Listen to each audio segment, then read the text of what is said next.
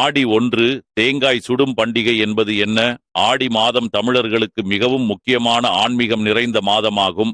இன்று தேங்காய் சுடும் ஆன்மீக ரகசியம். பண்டைய காலங்களில் இது ஒரு பூர்வீக வழிபாட்டு முறையாக இருந்தது.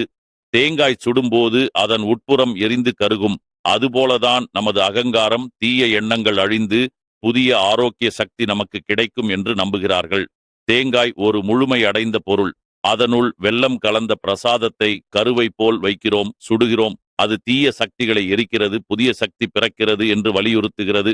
அன்று செய்யும் ஆன்மீக மரபுகள், தேங்காயை சுட்ட பிறகு அதை உடைத்து பூஜை செய்து அந்த தேங்காய் பிரசாதத்தை குடும்பத்தினர் பகிர்ந்து சாப்பிடுவார்கள். சில இடங்களில் அந்த தேங்காய் சுட்ட சாம்பலை வீட்டின் நுழைவாயிலில் தூவி வீட்டில் தீய சக்திகள் வராமல் காக்கச் செய்வார்கள். இதன் ஆன்மீக விளக்கம் சுகம், செல்வம், சாந்தி உங்கள் வீட்டை நிரப்பட்டும் என்று அன்னையை வேண்டுவதாகும். ஆன்மீக புரிதலில் ஹலோ சந்திர